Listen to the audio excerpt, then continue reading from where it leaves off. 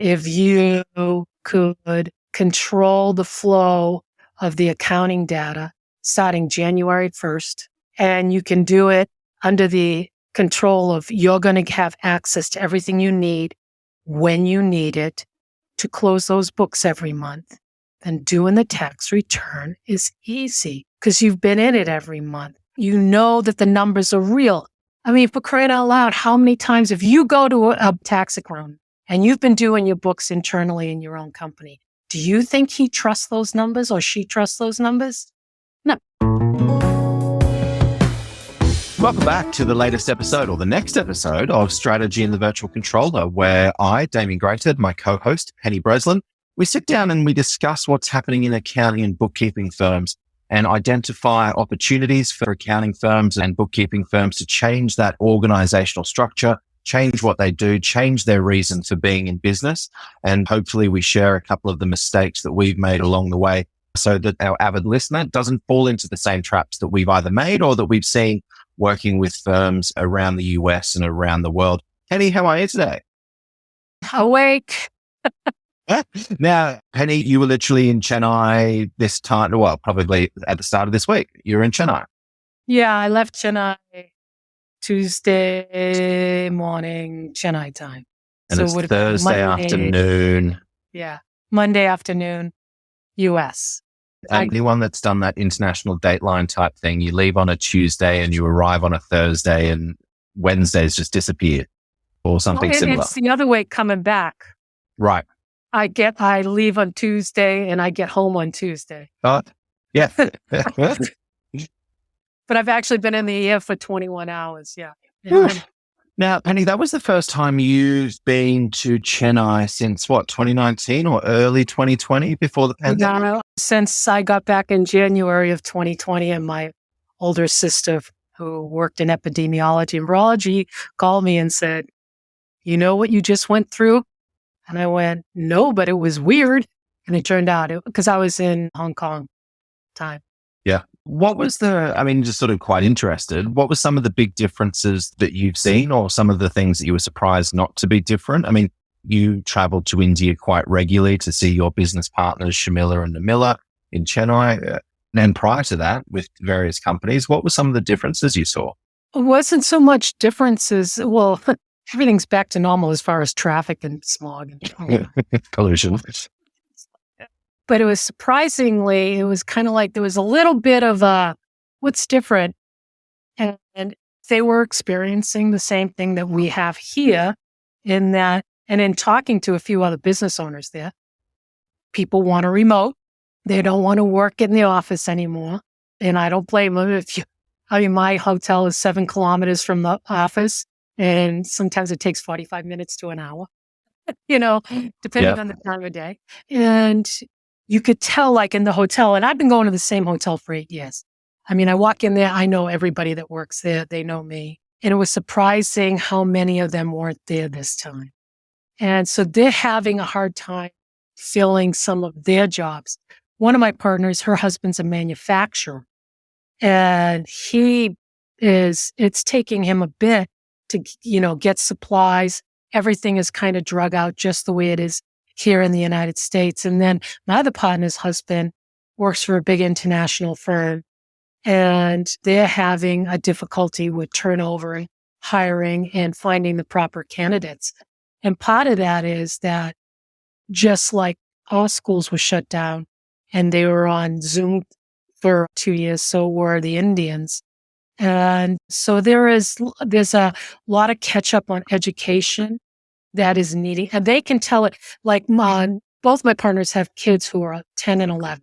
Shamila has twins and Namila has a daughter. And they both discussed and talked about how they saw their kids had fallen back on their educational needs. Oh, wow.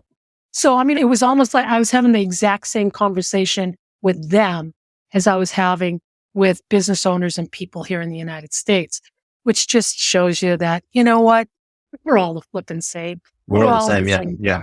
And it was funny because, Raj, Shamila's husband, who said, we're going to set up hybrid work. We do, because we talked about how it's not always necessary to be in the office, But there are times when everybody should get together. And he and I talked about that. And he manages probably about 200 people. So it's kind of interesting to see his viewpoint. And their hybrid idea is the way they're going to work it. But it just, he said it's funny that the one difference with our office is they all want to go to the office.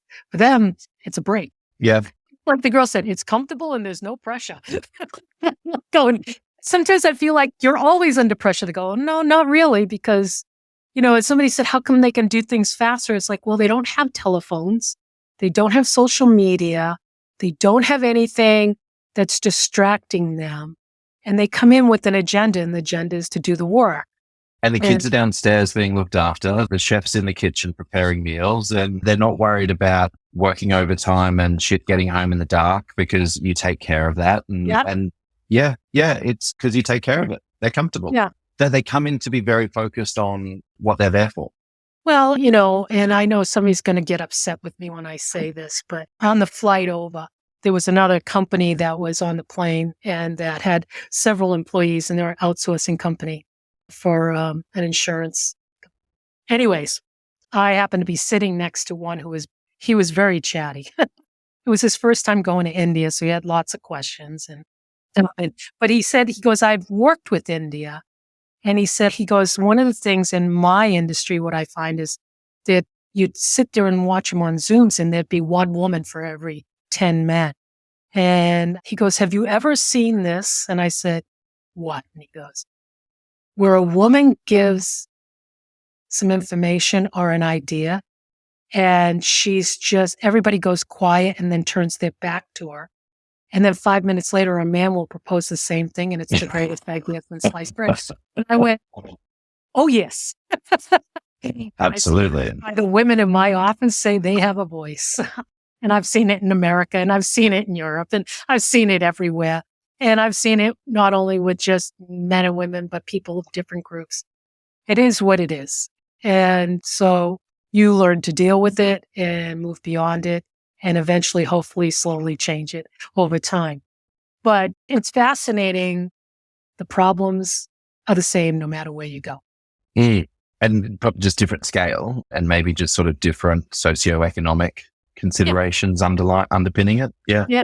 Well, you know what? At the end of the day, all of us are humans and we all want the same thing, right? So.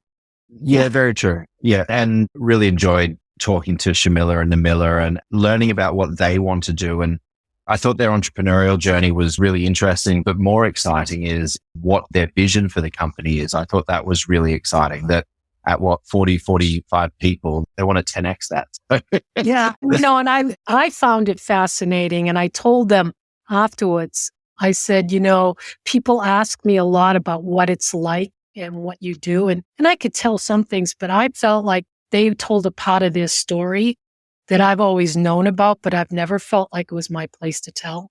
It was their place to tell. And they have formulated it over the years so that it was very coherent and very focused. I could tell you that 3 years ago, they couldn't have had that same conversation with the same confidence that they've got right now. And that, to me, is just awesome. And an indicator of they're sort of set up to make that growth. You've invested in more office space, et cetera, et cetera. And as you said, they probably wouldn't have been confident doing that 3 years ago, but they probably mentally, organizationally weren't ready for it either. Well, they spent so much of the early part of this being accountants. Yeah. And I'm not saying that as a put down, but they were focused on accounting. They were focused on the work of accounting. And they kind of left the operational part up to me.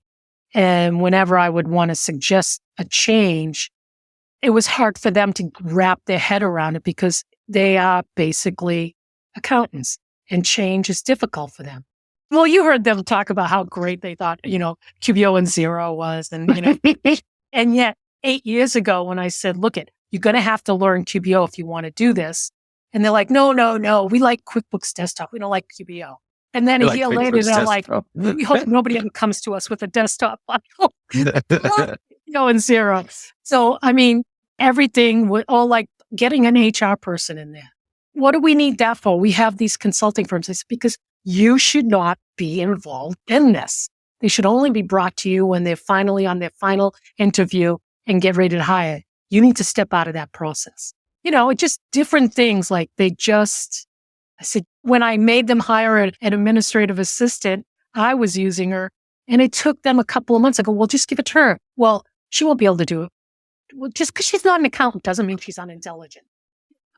And work it out. Like, give it to the person, and you've hired a capable person and with a skilled person, but there's either, well, we haven't trained them properly, we haven't done that. And it's like, well, just give it to them and see how they go.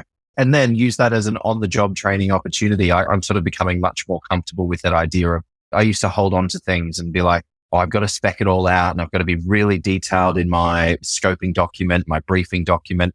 But actually what I've realized is the team is incredibly capable. Brief it, tell them what you're trying to do, give it to them, and 9 times out of 10, they'll come back with something better than you had in your mind anyway. So it's just an interesting part of the process.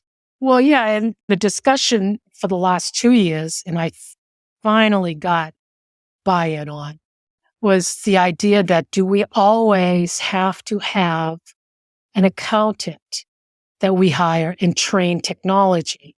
I said, I would like you to hire some technology people so we can work with the apps more and train them on the accounting part. And they went, well, we'd have to try. I said, you're training anyways. I said, 80% accounting, 20% technology. You're going to hire somebody who's the reverse. And when I said it like that, they went, oh, well, then I also showed them things like ChatGPT and DALL-E and a few other things. And they went, my God. Because they do get wrapped up in the work. Yeah. I mean, literally, they go in there and it's a solid 8-hour shift for everybody.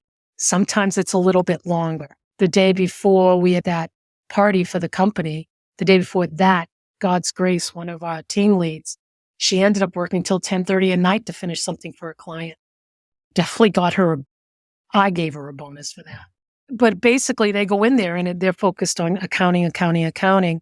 And sometimes they just need to be woke up to the idea that technology has changed and there's something new on the horizon and you need to hire differently.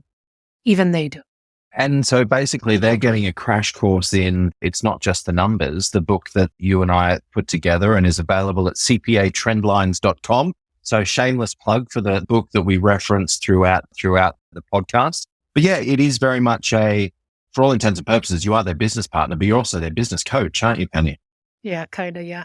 But I was just like, this year, I just told them, I said, to me, it feels like you guys are on it. They're ready to fly. Yeah, I mean, I see, and definitely hiring the HR person, she has built a camaraderie there. There was always a good camaraderie, but we've doubled the number of people. And it's amazing when I talk to these women, how open they are and how not shy they are with me, like they have been in the past with other hires, how free they are in stating what they want. And I attribute a lot of that to Victoria and what she does to make them feel like one unit, and the leadership classes that she gives the team leaders. And so, yeah, I mean, I really think that I was so damn impressed with the interview that you gave them and the way they spoke. I was impressed. You said earlier in the episode, today that, you know what, regardless of where we come from in the world, where we all have hopes and dreams and whatever it is from that perspective. And as you were saying that, you're like, this accounting firm that you're talking about could be in Tulsa, Oklahoma. It could be in Sydney, New South Wales, but this one's in Chennai, India. And so again, it's a lot of people have this preconception or misconception about what is an outsourcing firm.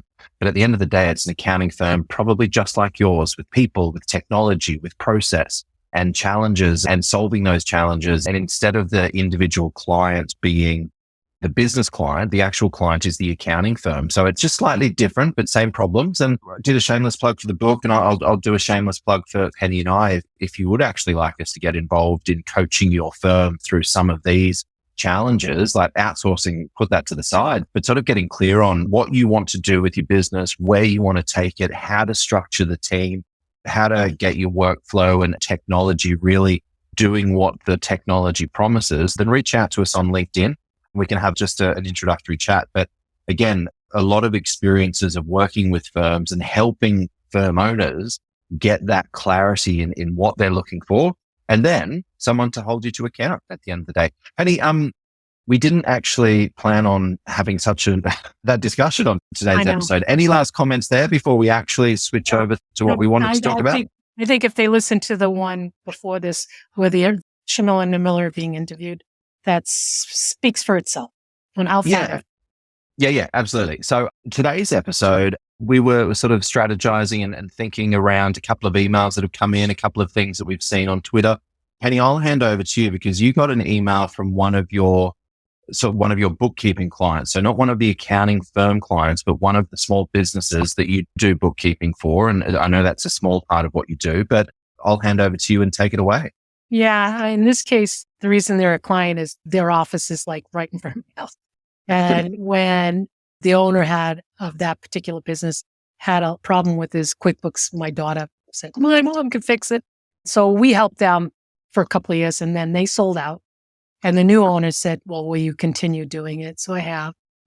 And anyway, she was going to Chennai because she owns a yoga studio and to see her guru and in Chennai. And she wanted to know if she could visit the office. And we helped her get set up with accommodations and a driver and all of that. And so I was flying to Chennai. And actually, she was probably flying in when I was flying out. But when I was flying on my way there, I was at the airport and she called me and she said, that tax account you found for me, they quadrupled the fee that Michael used to charge me. And I went, how long did you work with Michael? And she goes, 8 years.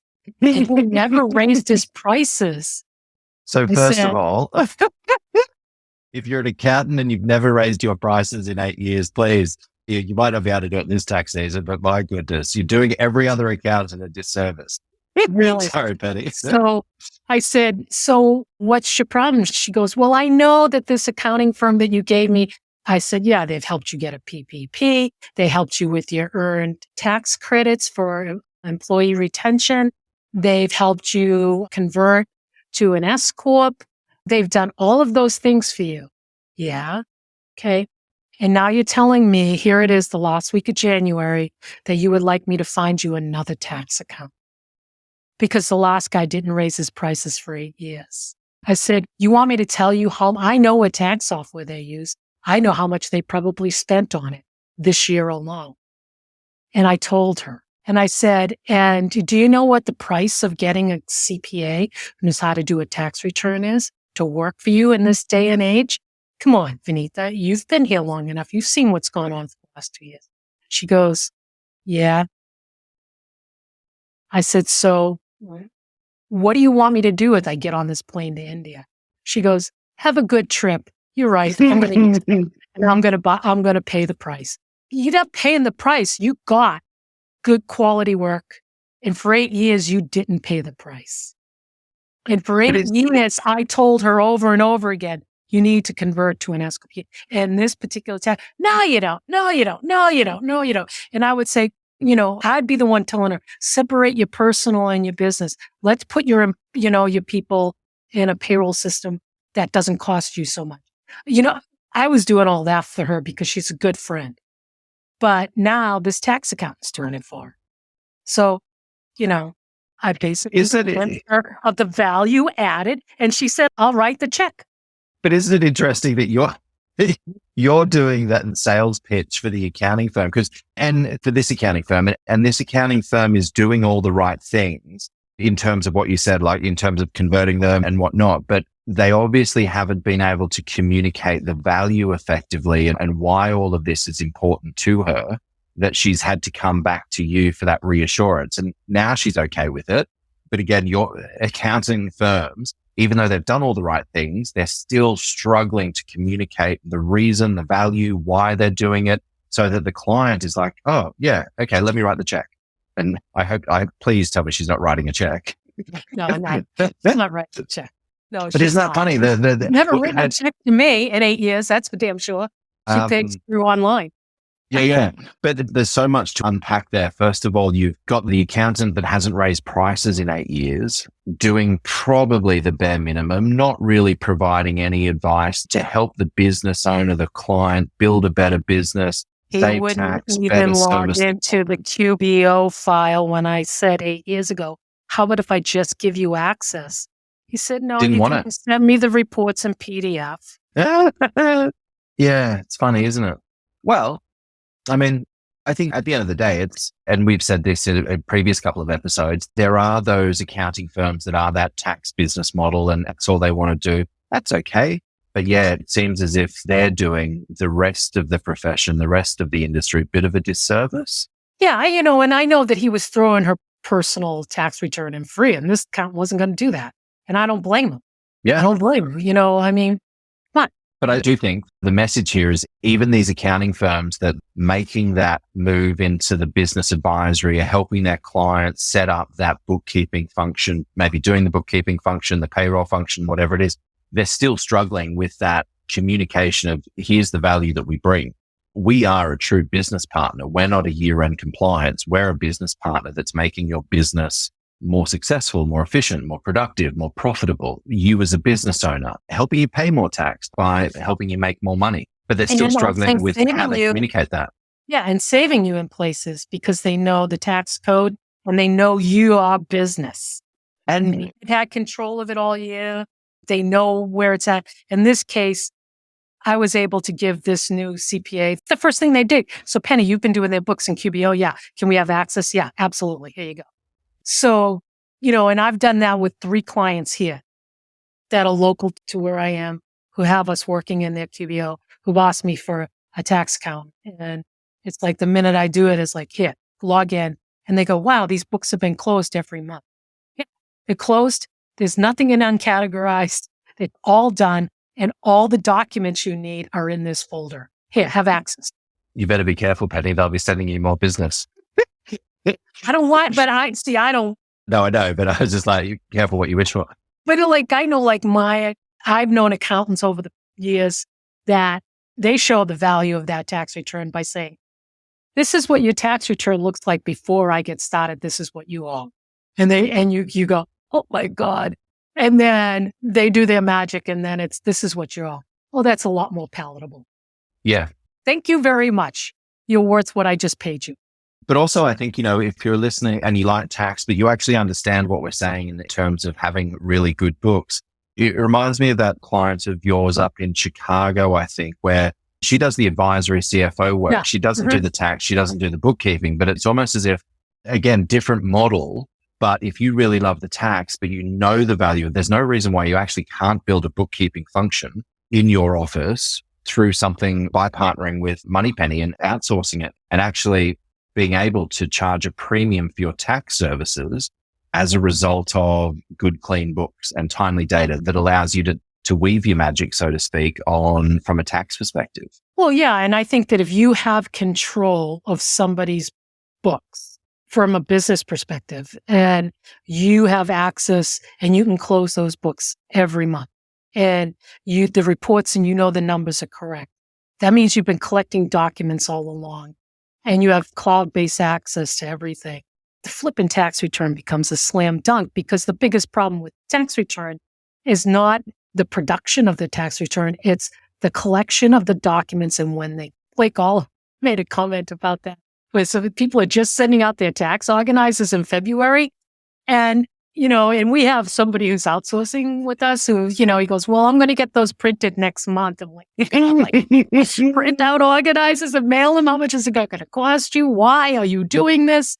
And then have somebody come in and not even have it filled out and they're carrying it in an envelope. Makes you feel like you're really not in the game. But the value at being able to access that and have it and know it's done right, closed every month. Then as a tax accountant, if you have more of that going on, if you have that relationship like my client in Chicago has with her tax preparer now, he doesn't have to worry about anything. Every month, she's closing those books. Every month, she meets with those clients. She is not an accountant. She's not a bookkeeper. She's an MBA in finance and she's managing and she's being a business manager and she specializes in a niche And those books get closed. I know because my team has a deadline to close them every month. And then she meets with the team and they go through all the uncategorized. Everything is cleared out. Doing that tax return, that tax accountant has everything. They could pop into the files at any time during the year and just do a check to see, where's this person going to be at in a couple of months? And also, if you sort of think about, sort of take that then to the client experience, your client, the example that you shared with us, yes, she called you for validation, but once she sort of got her head around it, she had no problems paying a premium for it. And I think as well, when you do have this experience for your clients, which is timely, paperless, digital, access anywhere, anytime, really good communication back and forth, there's very little price resistance when you provide that level of service. I mean, the idea that we're in mid-February and the returns are getting filed for those clients that have got their shit together, so to speak, they're not complaining about the price. If their returns are in process, the accountant has been communicating, got the data, keeping them up to date on where the return is in the process, they're not complaining about the price, are they? Whereas the ones that are sort of chasing the accountants for more information, the ones where there's this sort of, I won't say antagonistic, if you will, but where it's a real grind to get that return done,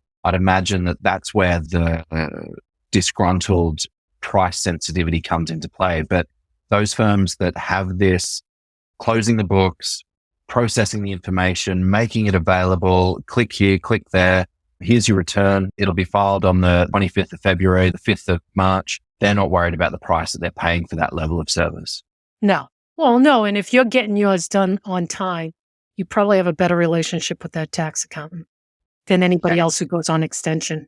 And probably your bookkeeping team and all that type of stuff, whether it's you doing the bookkeeping, the firm doing the bookkeeping, outsourcing, whatever it is. But actually that sort of brings us to the next topic. And I saw this on Tax Twitter. And actually, if you're a Twitter, I'm assuming if you're on Twitter and you're an accountant, you've heard of Tax Twitter, but it's a really interesting thread and conversation that happens not only about legislative issues, but also practice management and other quite diverse topics. But it was an interesting one because I think basically the thread was along the lines of bench.co is very publicly promoting the price of their tax services now, as well as their bookkeeping services. And so the conversation was, how on earth does Bench do the tax return so cost effectively? And also, I guess the other question was, are they putting basically the price for their simplest client online? And that's therefore doing a disservice? I think that's a typical marketing thing. It's called a loss leader. Yeah, you get in there and it'll be like, well, yeah, for this size of business, it's be like the typical, bronze, silver, gold packet. But well, all of those prices say from $400 a month but no customer actually reads the from that. They go in with the expectation that, well, hang on, my other accountant's wants to charge me $6,000 for this, but you're telling me that I can get it done for $3,500. But it's like, no, we're saying that if you were the simplest of simple businesses, then we could get that done for this price. Well, here's the caveat. And I've always believed that. In fact, I used to have this conversation with Mark Colbert, that if you could control the flow of the accounting data starting January 1st, and you can do it under the control of you're going to have access to everything you need when you need it to close those books every month, then doing the tax return is easy because you've been in it every month. You know that the numbers are real. I mean, for crying out loud, how many times if you go to a tax accountant and you've been doing your books internally in your own company, do you think he trusts those numbers or she trusts those numbers? No. And they go through them and they find mistakes. They find nuances. Whereas if you've had control of those books and that person signed an agreement and gave you access, they didn't say, oh, well, I'll mail the bank statements. And I don't know if I want to give you access to them. Because I know Bench, I worked for a company that helped them with their back end fetching. They're getting access to what they need at the moment they need it. That's the deal you make with them. You're not allowing any dams to occur in their business model. So you're saying that their tax promotion so do the tax work for $400 a month is the loss leader. So we can do it for $400 a month as long as you give us the $1,000 a month of bookkeeping or the $500 worth No. That's all bookkeeping wrapped that goes up. into it. No, they're going to do the tax return and it's wrapped up and it's an annual one-time fee at that price. You pay now and we will do everything for the rest of the year. But you got to do it for a solid year, right? Oh, so they're doing the bookkeeping as well. Yeah, that's the way that ad is written. So basically is you give us absolute control of everything and we have access and we do this on our schedule. So if I've got everything prepaid up and I have it all scheduled and I have control of the flow, do you think I can find a very inexpensive way to get this all done and make some profit off of that? Hell yes. Oh, bookkeeping. I didn't actually read the entire thread. So bookkeeping and taxes done for you for $3.99 a month. Ooh. But you're paying All up for it. No. I get that. I get that. But again, just sort of, if I'm a business owner and I see that ad, I'm like, $3.99 a month, tax and bookkeeping. What the hell am I paying? Well, old mate down the road but for? then you'd have to log on and look at the fine print. You have one bank account, you have one credit card, 10 transactions. And you're this type of business, that kind of thing. So, I mean, I'm sure that once you log in, there's probably a checklist of how you fit in to that pricing model. But, think about the administrative cost savings when you've got full control and you've been paid up front. And I would, yeah, absolutely. But, and then I would also say that one thing I don't know a lot about Bench, but one thing that I did learn about them is they are quite specialized and certain industries don't fit into this model. And so same type of thing for a listener out there that you can actually do this if you become highly verticalized. You're not going to get this done at $3.99 a month if you've got inventory and a POS. I mean, you do e-commerce. That's not going to happen. Or alternatively, you're not going to get it done for $3.99 a month if you've got a dental practice, a mechanic, a hair studio, a construction company. But if you had just construction companies, you could become very confident in your pricing structure because of the standardization of activities, standardization of tools and processes. So that's fair. Right. And as long as you have complete control and no dams happen. I'm sorry, that's where the cost comes. One time, so this was many years ago, I was hired as secretary to a salesman in a company that was doing online procurements way back in the early 2000s, like 2000, actually 1999. So it was like fairly new technology that was mainly sold to hotels and lodge venues who had to do massive buyouts. And for procuring food and nuances that you need to run a hotel and a catering service. So about 2 weeks after working there, the CPA they hired came over and looked in my cubbyhole and said, "So the salesperson who over here tells me that you know something about a program called QuickBooks." And I went, "Yeah, I know a little bit about it." And so he goes, "Can you show me how to create an invoice in QuickBooks?" And I went, "Yeah." And I said, "How are you doing your invoices now?" And he showed me and I went, "Wow, every one of these invoices costs you $8 every time you send it out. Did you know that?" And so I broke it down what the cost was to do this over and over and over again. And their ARs were way out of control. So I helped him rein that in and cleaned up his QuickBooks. And then the legal department came over and looked in my cubbyhole and they said, "You're not just a secretary, are you?" And I got a lot more projects for that company after that. But anyways, I think that, it was a matter of, in that case, it was a long time ago. It was early 2000s. He had never been in QuickBooks. He was a CPA. He understood how to be a CPA, but he didn't understand any of that aspect of it. And there are many tax accountants who just don't want to learn that. But if you do have that, if you have a cloud-based accounting system and you have access to all of the data and you have access to all of the statements, documentation, and I don't just mean bills. I mean sales tax returns. I mean, loan agreements when you got a loan or if you bought an asset and you notified your accountant, this is something I bought. okay, we have to amortize this. This is not stuff that they do at the end of the year. They're doing it throughout the year. So by the time they get to that end of the year for that tax return, it's pretty much done. Yeah. I mean, again, I think if you verticalized it and you niched it and you controlled all the data, you can load level yourself enough to know and take off a lot of administrative work. And boom, you can make profit on that. But again, they're very nuanced and niche about the type of businesses that they take.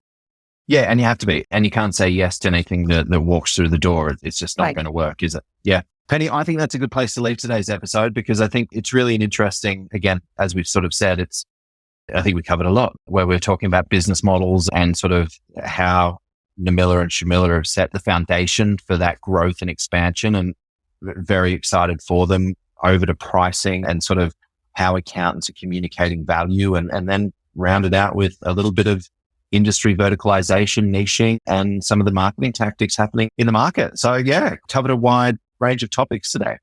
Good. And now I think I could go take a nap because I got to get on this time zone.